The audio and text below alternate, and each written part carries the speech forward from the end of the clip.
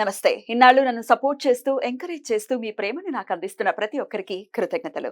అలాగే ఈ వీడియో కూడా ఖచ్చితంగా మీకు ఉపయోగపడుతుంది. లైక్, షేర్ అండ్ సబ్స్క్రైబ్ చేసి మీ సపోర్ట్‌ని నాకు అందించండి. అలాగే ఈ వీడియో పట్ల మీకున్న అభిప్రాయాన్ని కామెంట్ సెక్షన్‌లో కామెంట్ చేసి తెలియజేయండి. ఇప్పుడు వీడియోని చూద్దాం. నమస్తే, వెల్కమ్ టు అవర్ ఛానల్. నేను పద్మిని. ప్రస్తుతం మనతో పాటు astrologer, tarot card reader and crystal healer Anupama గారు ఉన్నారు. మాట్లాడదాం. అనుపమ గారు నమస్తే అండి. నమస్తే పద్మిని గారు. ఎలా ఉన్నారు అనుపమ గారు? బాగున్నానండి, థ్యాంక్ యూ. ఫైన్. అనుపమ గారు, పంచగ్రహ కూటమి, ఆ కూటంలోనే ఉన్నాం ఇప్పుడు. ఆల్రెడీ పంచగ్రహ కూటంలోనే ఉన్నాము. చాలా మంది చెప్పేది ఏంటి అంటే పంచగ్రహ కూటమి 5th and 6th వస్తోంది అని అంటున్నారు, విచ్ ఇస్ నాట్ కరెక్ట్. షష్టగ్రహ కూటమి అప్పుడు జరగబోతోంది. బట్ ఇప్పుడు ప్రెసెంట్ మాత్రం ఎప్పటి వరకు ఉందండి పంచగ్రహ కూటమి? 5th మనకి పంచగ్రహ కూటమి 15th వరకు ఉంటదండి. సో జూన్ 15th వరకు పంచగ్రహ కూటమిలోనే ఉంటాం మనం. రైట్. అసలు ఈ పంచగ్రహ కూటమి ఏ గ్రహాల ద్వారా ఏర్పడుతోంది? అలాగే షష్టగ్రహం అంటే 6 గ్రహాలు, మరి ఆ షష్టగ్రహ కూటమి ఎప్పుడు ఏర్పడుతోంది? ఏంటి దీనివల్ల? అంటే గ్లోబల్ గా ఏమైనా ఇంపాక్ట్స్ ఉంటాయా? పర్సనల్ ఇండివిజువల్ గా మన లైఫ్స్ లో కూడా ఏమైనా ఇంపాక్ట్ ఉంటుందా? What is your analysis Anupama గారు? షష్టగ్రహ కూటమి అయితే మనకి రేపు ఆల్రెడీ జూన్ 1st కి యురేనస్, మనం చాలా మంది నెగ్లెక్ట్ చేస్తారండి. వేదిక్ ఆస్ట్రాలజర్స్ యురేనస్ ని కన్సిడర్ చేయరు, వెస్టర్న్ లో కన్సిడర్ చేస్తారు. కానీ వేదిక్ లో కూడా మనం కన్సిడరేషన్ ఎక్కడ తీసుకోవాలంటే మండేన్ ఆస్ట్రాలజీ, అంటే గ్లోబల్ ఈవెంట్స్ ప్రెడిక్షన్స్ చేయడానికి మనకి ఈ ప్లానెట్స్, అవుటర్ ప్లానెట్స్ మనకి చాలా ఇంపార్టెంట్ అయిపోతాయి అన్నమాట. For example Neptune, Uranus, Pluto, ఈ 3 గ్రహాలు రవికి దూరంగా ఉంటాయి, పృథ్వీ పైన ఎఫెక్ట్స్ పడవు అని అనుకుంటూ ఉంటాం మనం. లేదండి, పడతాయి. డెఫినెట్లీ పడతాయి. అంటే ఇవి జనరేషనల్ గా చేసే చేంజెస్ అన్నమాట. ఒక కంప్లీట్ ఒక జనరేషన్ ని మార్పు తీసుకొచ్చే ప్లానెట్స్ అన్నమాట ఇవి.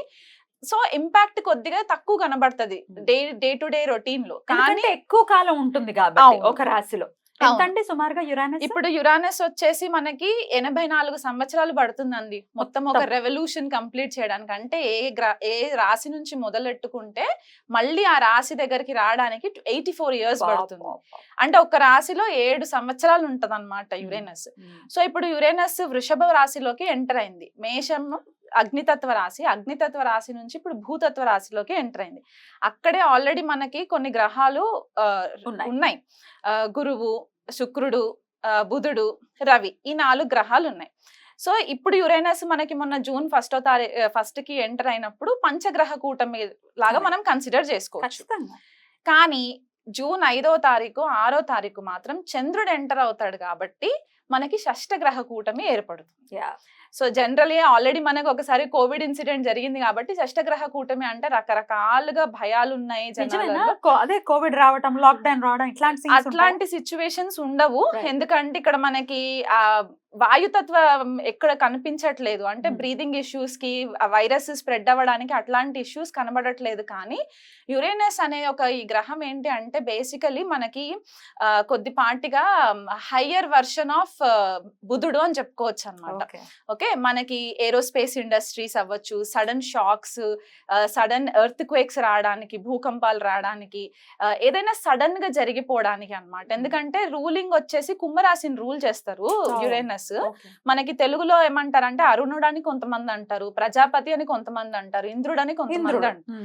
సో ఇప్పుడు ఇంద్రుడి నేచర్ మనకి స్వతహాగా మైథలాజికల్ స్టోరీస్ తెలిసిన ప్రకారం అయితే కొద్దిగా అగ్రెసివ్ గానే ఉంటూ ఉంటారు. కాబట్టి ఈ ప్లానెట్ కొద్దిగా ఇరెటిక్ బిహేవియర్ ఉంటుంది అనమాట. అంటే రెబెల్ గా ఉండే ఛాన్సెస్ ఎక్కువ ఉంటాయి. ఆ డామినెన్స్ అంతా కూడా కొద్దిగా రెబెలియన్ గా ఉంటుంది అనమాట.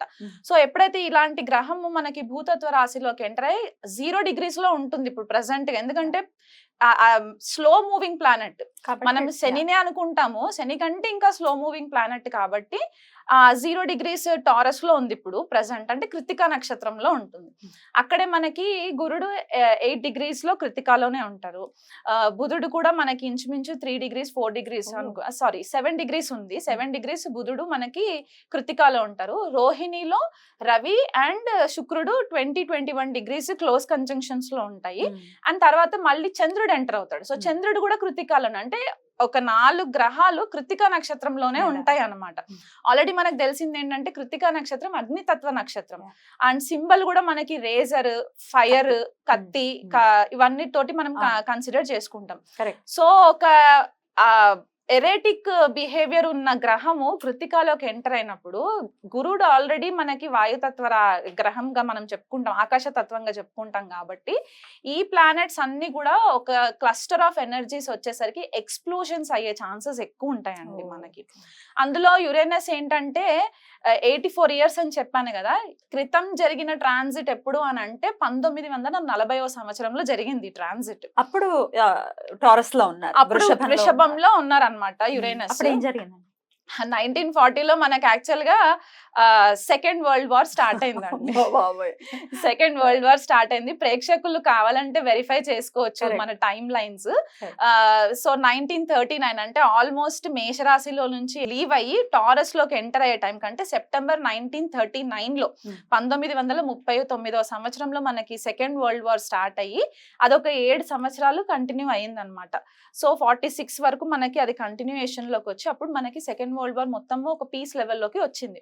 సో ఆ దేశాల పైన యుద్ధాలు జరగడం, రకరకాల ఇష్యూస్ మనం ఫేస్ చేసాము, ఫైర్ ఎక్స్ప్లోషన్స్ ఇట్లాంటివన్నీ చూసాం. సో ఇప్పుడు కూడా ఇంచుమించు వార్ వస్తుందా అంటే నేను 100% వార్ వస్తుంది రావాలని ఏం లేదు, వరల్డ్ వైడ్ గా ఎక్కడైనా వరల్డ్ వైడ్ గా ఎక్కడ.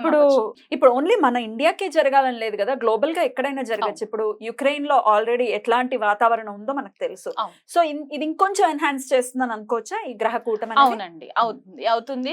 యుఎస్ తోటి కూడా కొద్దిగా ఇష్యూస్ రావడము, యుఎస్ రష్యా యుక్రెయిన్ కి ఇష్యూస్ రావడము, మళ్ళీ ఇప్పుడు మనకి ఇక్కడ అరబ్ కంట్రీస్ లో కూడా మనకి కొద్దిపాటిగా ఇష్యూస్ రావడము, ఇండియా వైపు కూడా మనకి ఇప్పుడు ఇండియా ప్రకారం తీసుకుంటే మన భారతదేశ ఇండిపెండెన్స్ వచ్చిన చార్ట్ ప్రకారం చూసుకుంటే గనక మనది వృషభ లగ్నం అవుతుంది. సో లగ్నంలోనే మనకి షష్టగ్రహ కూటమి అనేది ఏర్పడుతుంది. ఈ రిజల్ట్ మనకి ఆ రోజే కనిపిస్తుందా అంటే ఆ రోజు కనిపించక్కర్లేదు. ఇది ఒక ప్రాసెస్, స్లో మూవింగ్ ప్రాసెస్ కాబట్టి it will take some time అన్నమాట. ఆ మొత్తం ఎనర్జీస్ అంతా కల్మినేట్ అయ్యి మనకు ఒక ఎండ్ రిజల్ట్ రావడానికి. కాకపోతే ఇక్కడ మనకి ఇంటర్నేషనల్ లెవెల్లో కూడా మనకి కొద్దిపాటిగా ఇప్పటి వరకు ఏదైతే మనకి ఆ ఫ్రీనెస్ ఉండిందో in terms of international leaders తోటి మనకి కమ్యూనికేషన్స్ అవ్వచ్చు, లేకపోతే మనకి వాళ్ళతో ఉన్న ఫ్రెండ్షిప్స్ అవ్వచ్చు, కొద్దిపాటిగా డిస్టర్బ్ అయ్యే ఛాన్సెస్ ఉంటాయండి. మన నేషనల్ లీడర్స్ కి కూడా కొద్దిపాటిగా థ్రెట్ ఉండే ఛాన్సెస్ కూడా ఉన్నాయి రాజకీయ నాయకులకి. అండ్ మనకి ఇంకొకటి ఏంటి అంటే ఇప్పుడు ఇండియా చార్ట్ అని చెప్పేసి అనుకున్నాం కాబట్టి మనకి నార్త్ లో ఎక్కువ ఇది చూసుకుంటే భూకంపాలు వచ్చే ఛాన్సెస్ మనకి నార్త్ లో ఎక్కువ కనబడుతూ ఉంటాయి. సో ఈ గ్రహాలన్నీ వీక్షణ మనకి వృశ్చిక రాశి పైన పడుతుంది. ఇప్పుడు అందరి కళ్ళంతా వృశ్చిక రాశి పైన ఉంటుంది అనమాట. ఎందుకు అంటే ఈ షష్టగ్రహాలన్నీ కూడా 7th ఆస్పెక్ట్ వృశ్చిక రాశి పైన పడుతుంది. కుజుడు ఆల్రెడీ మేషరాశిలోకి ఎంటర్ అయ్యి మేషరాశి నుంచి 8వ ఆస్పెక్ట్ వృశ్చిక రాశి పైన పడుతుంది. రాహు 9వ దృష్టి మనకి వృశ్చిక రాశి పైన పడుతుంది. అండ్ ఇక్కడ కుజుడు ఆల్రెడీ శని వీక్షణలోనే ఉన్నారు. సో మొత్తం 9 గ్రహాలు వృశ్చిక రాశి పైన పడుతుంది చూపు. అండ్ షష్టగ్రహ కూటమి మాత్రం వృషభ రాశిలో జరుగుతుంది. సో మన లైఫ్ లో ఎట్లాంటి ఈవెంట్స్ అంటే మనకి వృషభ రాశికి సంబంధించిన కారకత్వాలు, వృశ్చిక రాశికి సంబంధించిన కారకత్వాలు ఎఫెక్ట్ అయ్యే ఛాన్సెస్ ఉంటాయి. సో మనకి నార్త్ ఇండియాలో భూకంపాలు వచ్చే సంఘటనలు, సౌత్ ఇండియాకి వచ్చేసరికి ఎస్పెషల్లీ తెలుగు రాష్ట్రాలు, తమిళనాడు, కర్ణాటక, కేరళ ఇటువైపు ఫ్లడ్స్ వచ్చే ఛాన్సెస్ ఎక్కువ ఉంటాయి. వర్షాలు, సునామీస్, సైక్లోన్ ఎఫెక్ట్స్, దానివల్ల కొద్దిగా జన నష్టము. అండ్ మనకి ఇంకొకటి ఏంటంటే మనకి టారస్ వృషభ రాశి మనకి అగ్రికల్చర్ కి కూడా సంబంధించింది. అంటే పంటలు, పాడి పంటలు ఇవన్నిటికీ కూడా మనకి ఫుడ్ రిసోర్సెస్ కాబట్టి అక్కడ పంట నష్టం కొద్దిగా జరగడం, వర్షాల వల్ల, బీభత్సమైన వర్షాల వల్ల కొద్దిగా పంట నష్టం జరగడము. అండ్ టారస్ మనకి ఫైనాన్షియల్ రిజర్వ్స్ కూడా కదా. సో ఫైనాన్షియల్ గా కూడా మనకి కొద్దిపాటిగా డిస్టర్బెన్సెస్ రావడము, సడన్ చేంజెస్ రావడము, గ్లోబల్ అంటే మనకి ఇంటర్నేషనల్ లెవెల్ అండ్ మనకి నేషనల్ లెవెల్లో కూడా ఫైనాన్షియల్ రీస్ట్రక్చరింగ్ జరిగే ఛాన్సెస్ ఈ షష్టగ్రహ కూటమి ఎఫెక్ట్స్ వల్ల జరిగే ఛాన్సెస్ ఉన్నాయి. అండ్ అది కాకుండా స్పెసిఫిక్ గా ఇది ఎవరికి ఎక్కువ వర్తిస్తుంది అంటే ఇండివిజువల్ హారోస్కోప్స్ లో కూడా సడన్ గా ఫైనాన్షియల్ రిసెంట్మెంట్ రావడము. అండ్ ఇంకొకటి ఏంటి అంటే స్టాక్స్ లో ఇన్వెస్ట్మెంట్స్ చేస్తూ ఉంటారు కొంతమంది. స్టాక్స్ లో సడన్ గా లాసెస్ ఫేస్ చేయడము, ఒక కన్ఫ్యూజన్ కైండ్ ఆఫ్ ఎనర్జీస్ మనకి కనబడతాయండి ఈ Okay. షష్టగ్రహ కూటమి ఎఫెక్ట్స్ వల్ల. ఎన్నాళ్ళు ఉండొచ్చు ఈ ఇంపాక్ట్స్ అంతా కూడా? ఈ షష్టగ్రహ కూటమి అయితే మనకి 2 రోజులు ఉంటుంది. ఉంటుంది. జూన్ పంచగ్రహం 5. అయితే? పంచగ్రహం అయితే మనకి జూలై 15వ తారీఖు వరకు ఉంటుంది. అంటే రవి మనకి వృషభ రాశిలో నుంచి మిథునంలోకి వచ్చేయాలి. తర్వాత శుక్రుడు కూడా మిథునంలోకి వచ్చేస్తారు. అప్పుడు బుధుడు కూడా వచ్చేస్తాడు కాబట్టి ఇంకా లాస్ట్ మిగిలిన గ్రహాలు ఏంటి అంటే గురుడు అండ్ యురేనస్ 2 కలిసి ఉంటాయి కాబట్టి ఇది మనకి long lasting effect. Next year కి మనకి కొద్దిపాటిగా డిస్టర్బెన్సెస్ ఇంకెక్కువ విట్నెస్ చేయడానికి ఉంటదండి. అది మనకి మండేన్ లెవెల్లో చెప్పుకునే అంశాలు అన్నమాట ఇవి. ఇండిపెండెన్స్ కి ఒకసారి చెప్పండి, ఏ రాశి వాళ్ళకి ఎలా ఉంటుంది అనేది ఒకసారి చెప్పండి. ఒకవేళ నెగటివ్ ఇంపాక్ట్స్ గనుకుంటే వాళ్ళు ఏం చేసుకోవచ్చు ఈ ఇంపాక్ట్ నుంచి బయటపడటానికి అనేది కూడా ఒక్కసారి. ఇక వృశ్చికం. ఆ వృశ్చిక రాశి వాళ్ళకైతే సప్తమంలోనే జరుగుతుంది కాబట్టి వైఫ్ కానీ హస్బెండ్ కానీ ఏదన్నా ప్రాబ్లమ్స్ ఉంటే కూర్చొని మాట్లాడుకొని సార్ట్ అవుట్ చేసుకోవడము. ఈ 1 మంత్ వరకు వీలైనంత మట్టుకు సీరియస్ అవుతున్న ఇష్యూస్ అంటే గనక కొద్దిపాటిగా 1 మంత్ వరకు బ్రేక్ ఇచ్చేసుకొని దాని తర్వాత డిస్కషన్స్ చేసుకోవచ్చు. హెల్త్ పరంగా కూడా కొద్దిపాటిగా కేర్ఫుల్ గా ఉండాలి. ఎస్పెషలీ మనకి లోవర్ బాటమ్ ఏరియాస్ ఎవరైతే ఉంటాయో మనకి అక్కడ పార్ట్స్ ఆఫ్ ద బాడీ అవి కొద్దిగా కేర్ఫుల్ గా ఉండాలి. ఇది వరకు ఏమైనా హెల్త్ ఇష్యూస్ తోటి ఇబ్బంది పడుతూ ఉంటే గనక యాజ్ తులారాశి వాళ్ళకి ఎట్లా చెప్పానో స్కార్పియో వాళ్ళకి కూడా అదే వర్తిస్తుంది ఇక్కడ. ఎందుకు అనంటే మనకి వాటర్ సైన్ అయిపోయింది, ఇమోషనల్ టర్మాయిల్ ఉంటదండి స్కార్పియో వాళ్ళకి. వాళ్ళకి అంటే వాళ్ళు స్వతహాగా వాళ్ళు వెళ్ళి ఎక్కడ ఏ గొడవ పెట్టుకోకపోయినా కొన్నిసార్లు వాళ్ళకి తెలియకుండా వాళ్ళని లాగేస్తూ ఉంటారు అనమాట ఈ పర్టిక్యులర్ ట్రాన్సిట్ వల్ల. అండ్ ఒకవేళ ఎవరైనా అకల్ట్ ప్రాక్టీసెస్ నేర్చుకోవాలి అంటే గుప్త విద్య ఎవరైనా నేర్చుకోవాలి అనుకునే వాళ్ళు ఉంటారో, అది జ్యోతిష్యం అవ్వచ్చు, టారో అవ్వచ్చు, ఇలాంటిది ఏదైనా నేర్చుకోవాలనుకుంటే this is the right time. అదొకటి బెనిఫిట్. వీళ్ళు ఇంట్రెస్టెడ్ కూడా ఉంటారేమో కదా. వృశ్చిక రాశి వాళ్ళకి అకల్ట్ పైన చాలా ఇంట్రెస్ట్ ఉంటుంది. అండ్ యురేనస్ అక్కడ ఆల్రెడీ వాళ్ళకి సప్తమంలో ట్రాన్సిట్ కాబట్టి, అండ్ యురేనస్ జనరల్ గా ఎగ్జాల్టేషన్ సైన్ స్కార్పియో అన్నమాట, మనకి ఉచ్చ పొందుతాడు స్కార్పియోలో వృశ్చిక రాశిలో. సో ఈ టైం పీరియడ్ ఏంటంటే వీళ్ళకి హాఫ్ ట్రాన్సిట్ అన్నమాట, 42 years కి ఒకసారి వచ్చే ట్రాన్సిట్ లాగా కన్సిడర్ చేసుకోవచ్చు వీళ్ళకి. సో ఈ ఆస్ట్రాలజీ పైన కూడా వీళ్ళకి ఇంట్రెస్ట్ ఉంటే అటువైపు కూడా వెళ్ళొచ్చు. సో ఓవరాల్ గా అన్ని రాశుల వాళ్ళకి కూడా చెప్పారు కాబట్టి ఏదైనా రెమెడీ ఉందా? మీరు ఆల్రెడీ చెప్పారు ఏ పనులు చేయకుండా జాగ్రత్తగా ఉండండి అనేది కూడా వన్ ఆఫ్ ద రెమెడీస్ అని చెప్పుకోవచ్చు. అయినప్పటికీ ఇంకా ఆరాధన విషయంలో ఏదైనా చెప్తారా? ఆరాధన విషయంలో అంటే మనకి వృషభంలో ఇవన్నీ ప్లానెట్స్ జరుగుతున్నాయి కాబట్టి అందరూ ఫస్ట్ ప్రే చేయాల్సింది శ్రీ మహాలక్ష్మికి. ఎందుకంటే మనకి రిసోర్సెస్, ఫైనాన్షియల్ రిసోర్సెస్ అవ్వచ్చు, అబండెన్స్ అవ్వచ్చు, భూమికి సంబంధించి పంటలు ఇవన్నీ కూడా వృషభ రాశికే సంబంధించి ఉంటాయి కాబట్టి శ్రీ మహాలక్ష్మికి ఆరాధన చేసుకోవడము, లక్ష్మి అష్టోత్తరం చదువుకోవడము, ఆవు నెయ్యితో దీపం పెట్టడము, ఇట్లాంటివి రెగ్యులర్ గా చేయాలి 1 month కూడా.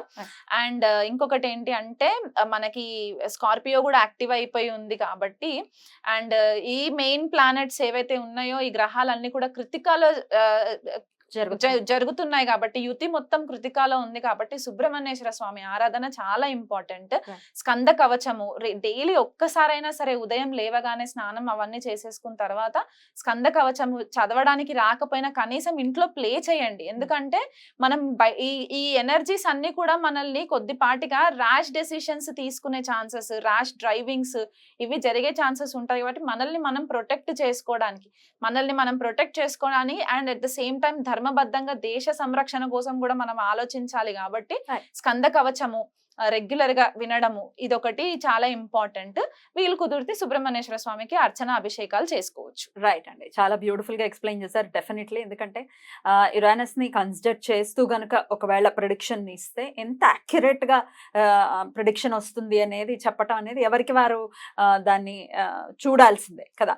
చాలా మంది కన్సిడర్ చెయ్యరు కానీ ఇంత మేజర్ రోల్ ని ప్లే చేస్తారు. యురేనస్ అవ్వచ్చు, నెప్ట్యూన్ అవ్వచ్చు, డెఫినెట్ గా రోల్ ని ప్లే చేస్తారు. మీరు కూడా మీ ప్రిడిక్షన్ లో మీరు చూస్తారా? చూస్తానండి, డెఫినెట్లీ చూస్తాను. అంటే మనకి యురేనస్ ఆస్ట్రాలజీకి చాలా ఇంపార్టెంట్ ప్లానెట్ అన్నమాట జ్యోతిష్య విద్యకి Yeah. అండ్ ఏరోస్పేస్ ఇండస్ట్రీకి కూడా చాలా ఇంపార్టెంట్. ఎందుకంటే కుంభరాశిలో రూల్ చేసినా సరే శతభిష నక్షత్రం మనకి యురేనస్ కి కన్సిడర్ చేస్తారు బేసికల్ గా. Hmm.